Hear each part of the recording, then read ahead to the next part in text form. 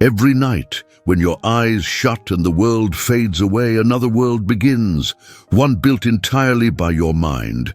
It might start innocently, a familiar face, a strange place, a feeling that doesn't quite match the setting.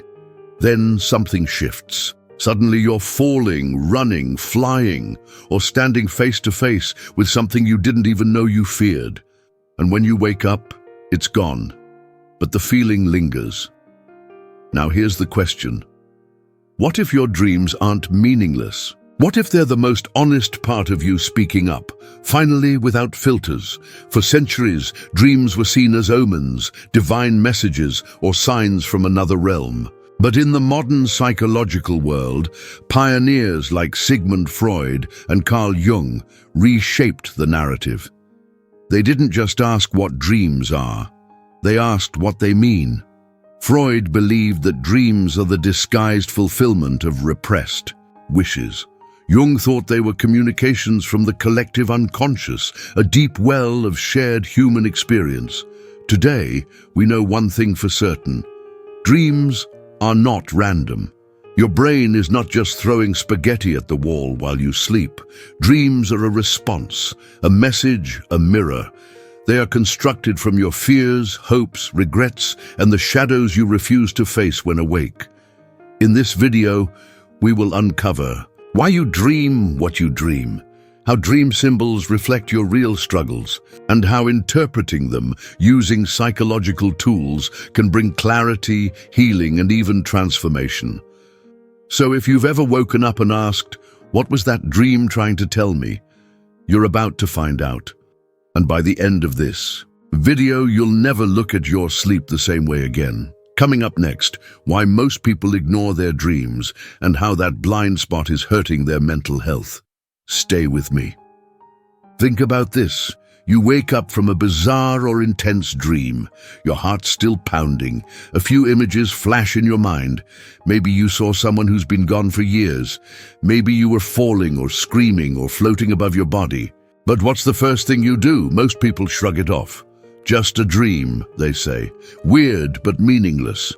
But what if that small habit of ignoring dreams is a massive psychological mistake? According to modern psychology, especially the schools of thought pioneered by Freud and Jung, dreams are not noise, they are subconscious signals, and the more you ignore them, the more you suppress the messages your mind is desperately trying to deliver. Let's break it down. Your conscious mind, what you're aware of, is just the tip of the iceberg. Beneath that lies the subconscious, which stores every emotion you don't process, every fear you don't face, every memory you've repressed. When you sleep, the defenses drop, your ego loosens its grip, and your subconscious finally speaks. But it doesn't speak in words, it speaks in symbols, stories, sensations. That's the language of dreams. Recurring dreams, especially, are red flags. Being chased? You're running from something, maybe a confrontation, maybe a part of yourself. Teeth falling out? Often linked to anxiety about appearance, control, or helplessness. Falling? A fear of failure, a loss of control. These aren't coincidences. These are patterns. The truth is, most people avoid their dreams for the same reason they avoid therapy. They don't want to face what's buried inside. But here's the cost. Those unprocessed emotions don't go away. They leak into your waking life, into your anxiety, your stress, your relationships. Dreams are free therapy, but only if you listen. Coming up next, we'll explore how Freud interpreted the hidden codes in your dreams, and how those interpretations might explain some of your most confusing thoughts and behaviors. Stay with me. It's about to get deeper. Sigmund Freud once said, "Dreams are the royal road to the unconscious." And once you understand what he meant by that, you'll never see your dreams or your mind the same way again. Freud believed that beneath our everyday thoughts lives a chaotic realm of desires, fears, and memories we've pushed out of awareness. This unconscious mind doesn't rest. It constantly tries to express itself, especially when we sleep. But because many of these thoughts are too uncomfortable, embarrassing, or painful, They don't appear in their raw form. Instead, they're disguised, coded into images, characters, and plots. That's where Freud's most famous idea comes in. Dreams are wish fulfillments. Now, before you roll your eyes, hear this. Freud didn't mean all dreams are happy fantasies. In fact, many wishes are unconscious and conflicting. For example, if you dream of being trapped in a burning house, it might symbolize a hidden desire to escape a life you're too scared to leave. A nightmare might actually be a wish to confront what you've avoided, masked as terror. He also introduced two powerful terms: manifest content, what you remember, scenes, events, faces; latent content, what it truly means beneath the surface. Freud believed symbols in dreams carry deep psychological meaning. A locked door might symbolize repression. A journey might represent transformation or loss of identity. Even people who appear in your dreams might not represent themselves. They may symbolize traits or emotions you associate with them. For Freud, nothing in a dream is random. Everything is you, talking to you. And here's the haunting part. If you don't interpret your dreams, you're walking through life blindfolded, unaware of how past wounds or buried guilt are steering your decisions, shaping your relationships, and controlling your emotions. But there's good news. Freud didn't stop at diagnosis. He believed that once you become conscious of the unconscious, you reclaim your power.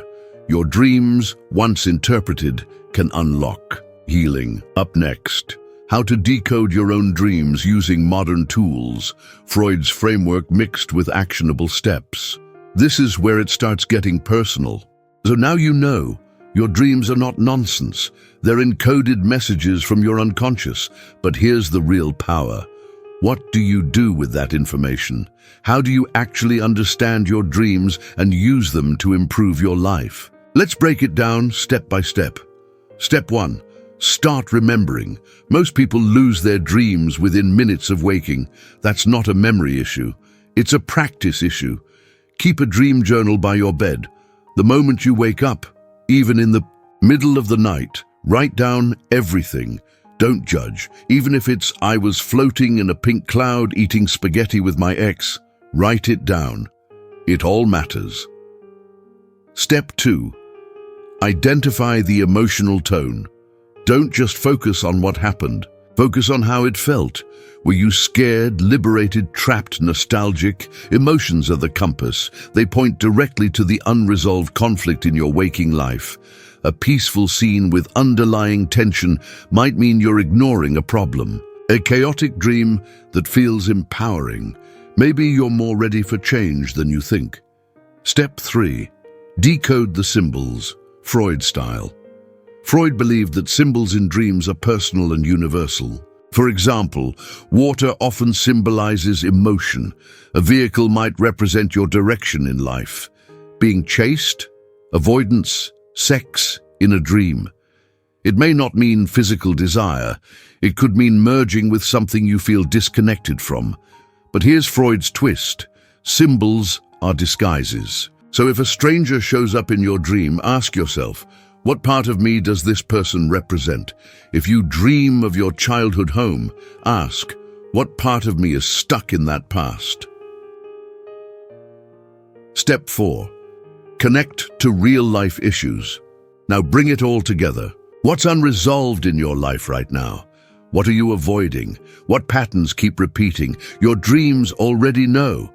They're trying to show you. When you start linking dream themes to current struggles, you'll feel it click. And that moment, that connection, is the first step toward emotional freedom. Step 5. Reflect, don't obsess. This isn't about over-analyzing, it's about self-awareness. Use your dreams as emotional check-ins. They're not always prophetic, but they're always honest. Dream work isn't just introspection, it's transformation. As Freud believed, being entirely honest with oneself is a good exercise, and dreams force that honesty. Coming up next, a haunting final thought. Why? Ignoring your dreams might be the biggest psychological blind spot of your life. Think about this for a second. Every night, when the world quiets down and no one's watching, you meet the only version of yourself that doesn't lie to you. That version doesn't filter your emotions, doesn't pretend to be okay, doesn't wear a mask. That version speaks in dreams. You might ignore it, you might laugh it off, but it's always there, watching, waiting, whispering what your conscious mind is too afraid to hear. Freud believed that if you don't listen to your unconscious, it doesn't go away, it acts out. In your habits, in your relationships, in your fears, in your self-sabotage. That's the terrifying beauty of the mind. It wants to heal, even if it has to scream through your dreams to get your attention. So here's the challenge. Are you ready to stop running from yourself? Because the moment you start paying attention to your dreams is the moment you stop living in emotional autopilot. You begin decoding the blueprint of your inner world. And once you do that, your relationships shift. Your anxiety makes more sense. Your self-worth returns because you're finally listening to you. Freud gave us the map, but only you can choose to read it. Tonight, when you close your eyes, don't just fall asleep, fall inward. What will your mind reveal when no one else is watching? Because your dreams, they're not random, they're not meaningless. They're you, unfiltered. And they've been trying to tell you something all along. Are you finally ready to listen?